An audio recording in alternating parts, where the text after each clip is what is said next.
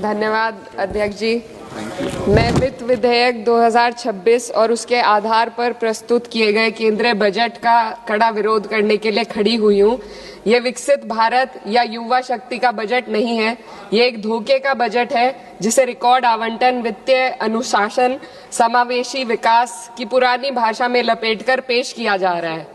मैं इसकी सच्चाई को सरल शब्दों में सामने रखना चाहती हूँ, क्योंकि भारत की जनता सिर्फ नारे की नहीं, सच्चाई की भी हकदार है। सबसे पहले जिस वित्तीय अनुशासन की बात सरकार कर रही है, मैं ये बताना चाहती हूँ सदन को कि वो अनुशासन समाज कल्याण और राजस्व में कटौती करके हासिल किया गया है। इस सरकार बजट के आकार को जोर शोर से बड़ा बता रही है, लेकिन गरीबों के कल्याण के लिए बजट में घुटन है। उनके लिए खर्च का दायरा लगातार सिकुड़ रहा है। देश पर कुल कर्ज जीडीपी का करीब 55% है। ब्याज भुगतान में ही बजट का लगभग 1/4 हिस्सा चला जाता है, जो कुल राजस्व का 40% है। आम आदमी को इस बजट साइज से कोई फायदा नहीं। यह साइज पुराने कर्ज चुकाने के काम आ रहा है, गरीबों के कल्याण में नहीं। अध्यक्ष महोदय, सरकार ने 2019 में कॉर्पोरेट टैक्स में उद्योगपतियों को छूट दी थी और कहा था कि 30% टैक्स घटाने से निवेश और रोजगार बढ़ेगा। बाद में आरबीआई की रिपोर्ट ने स्वीकार किया कि कंपनियों ने लगभग 1.5 लाख करोड़ के लाभ का उपयोग कर्ज चुकाने, नकदी जमा करने और बकाये बायबैक में किया, ना कि नए निवेश या रोजगार में। कॉर्पोरेट टैक्स टू जीडीपी अनुपात घटा है, मुनाफा बढ़ा, लेकिन रोजगार ठहर गया है। ऑटोमेशन और ठेका श्रम ने स्थायी नौकरियों की जगह ले ली। आज भी एमएसएमई को कर्ज नहीं मिल रहा। युवाओं में बेरोजगारी बनी हुई है और असमानता लगातार बढ़ती जा रही है। शीर्ष 1% ने विकास का बड़ा हिस्सा अपने पास रख लिया, जबकि बाकी जनता ने अप्रत्यक्ष करों और कटे हुए कल्याण के माध्यम से इसकी कीमत चुकाई है। ये विधेयक उसी कॉर्पोरेट प्रथम नीति को जारी रखता है। ये सुधार नहीं, बल्कि बड़े उद्योगों के सामने आत्मसमर्पण है। पहले भी सरकार एक गलती फिर से दोहराने जा रही है। सरकार उद्योगों को सीएसआर में छूट दे रही है। सीएसआर फंड से जनता के लिए जरूरी विकास कार्य किए जाते हैं। सरकार ने पहले भी कॉर्पोरेट टैक्स में जो छूट देकर निवेश और रोजगार बढ़ाने का वादा किया था, लेकिन इस छूट का फायदा सिर्फ उद्योगपतियों ने कर्ज चुकाने में किया, ना कि देश के अंदर रोजगार या विकास में हुआ। अब सीएसआर में ढील देकर सरकार ठीक वही गलती दोहरा रही है। इससे स्कूल, सड़क और अस्पताल जैसी बुनियादी विकास कार्यों पर फर्क पड़ेगा। इनकम टैक्स और जीएसटी आज देश की कुल आमदनी का 65% है। नौकर पेशी और मध्यम वर्ग आज देश को चला रहे हैं। वहीं बड़े उद्योगपति जो 2015 में 62% योगदान देते थे, आज मात्र 40% ही दे रहे हैं। ये साफ है, उद्योगपतियों मित्रों को राहत दी जा रही है और आम जनता के लिए आफत बढ़ाई जा रही है। पिछले 1 दशक से मजदूरी बिल्कुल नहीं बढ़ी। पहले छोटे से छोटा आदमी अपनी मजदूरी बचाकर डाक खाने में जमा करता था, आज 2 वक्त की रोटी का इंतजाम भी मुश्किल हो गया है। आरबीआई का डेटा बताता है कि पर्सनल लोन 500% बढ़ गया है। लोग लोन अपनी तरक्की या मकान के लिए नहीं ले रहे, बल्कि रोजमर्रा की छोटी छोटी जरूरतों को पूरा करने के लिए आज ले रहे हैं। इस फाइनेंस बिल ने देश के सबसे कमजोर वर्गों के विकास, कल्याण और रोजगार सृजन के लिए कोई समाधान नहीं दिया। आय बढ़ाने का कोई रोड मैप नहीं है। युवाओं की नौकरियों का सपना टूटता जा रहा है। अध्यक्ष महोदय, देश की अर्थव्यवस्था कई फैक्टर्स पर निर्भर करती है। हाल के दिनों में सरकार ने 2 बड़े ब्लंडर किए हैं, जिनका बोझ आम जनता को उठाना पड़ रहा है। एक हमारी यूएस के साथ जो ट्रेड डील है, और दूसरा विदेश नीति में अमेरिका के सामने जो हमारा आत्मसमर्पण है।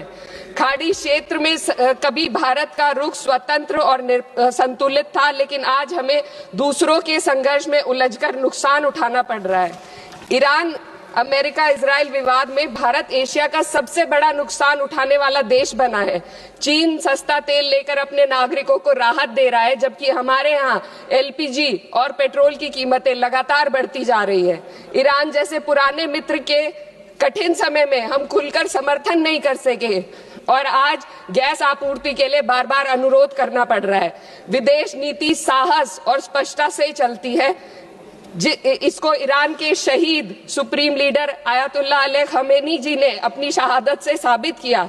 36 साल की उम्र के लीडर ने कभी 56 इंच की छाती का दावा नहीं किया, बल्कि जब जरूरत पड़ी तो अमेरिका के सामने झुकने की बजाय उन्होंने शहादत को गले लगाना पसंद किया। लचर विदेश नीति ने देश को महंगाई और आपूर्ति के संकट की दहलीज पर लाकर खड़ा कर दिया है। सरकार कहती है भंडार पर्याप्त है, तो कीमतें क्यों लगातार बढ़ती जा रही है।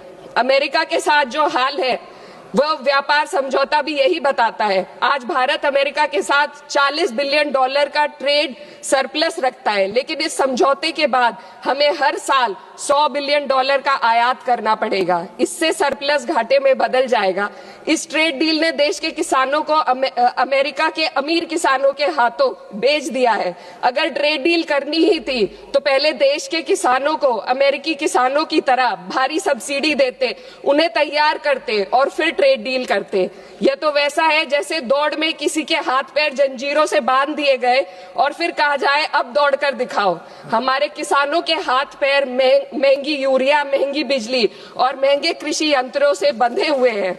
अध्यक्ष महोदय, फाइनेंस बिल पर बात हो और महंगाई पर बात ना हो तो आम लोगों के साथ अन्याय है।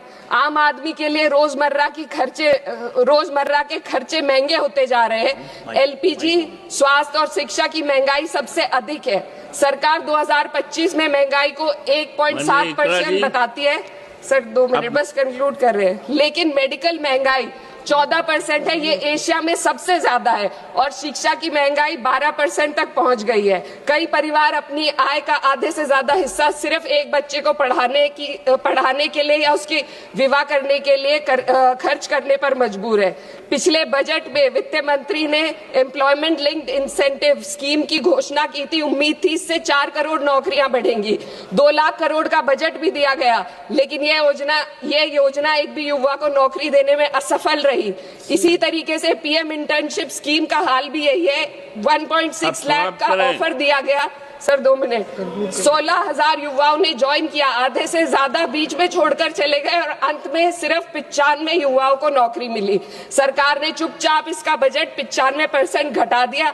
जब आप हेडलाइन मैनेजमेंट, दिखावा और लोगों को बेवकूफ बनाने के लिए स्कीम बनाते हैं तो उसका हश्र यही होता है। मैं अंत में किसानों की बात करना चाहती हूँ। ग्रामीण विकास और कृषि कल्याण पर देश की पीढ़ी आबादी निर्भर है। इस मंत्रालय का पिछले वर्ष का बजट सरकार खर्च ही नहीं कर पाई।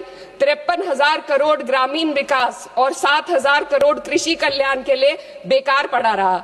गांव, किसान और मजदूर मदद की उम्मीद कर रहे थे, लेकिन सरकार हाथ पैर बांधे बैठी रही। अध्यक्ष महोदय, इसलिए मैं इस सदन से मांग करती हूं कि इस वित्त विधेयक को खारिज किया जाए। 2019 की कॉर्पोरेट टैक्स कटौती को वापस लिया जाए। सामाजिक क्षेत्र पर खर्च को कम से कम जीडीपी का 6 से 8% तक बढ़ाया जाए। हर पूंजीगत खर्च को रोजगार सृजन से जोड़ा जाए और वास्तविक एमएसपी का ग्रामीण सुरक्षा सुनिश्चित की जाए। इससे कम कुछ भी 140 करोड़ भारतीयों के साथ धोखा होगा जिन्होंने हमें चुना है। महोदय, ये जनता सब देख रही है। इस सदन को तय करना होगा कि हम कॉर्पोरेट कल्याण के हक में काम करेंगे या जनता के कल्याण में। मैं इस विधेयक का विरोध करती हूँ। बहुत बहुत शुक्रिया। धन्यवाद।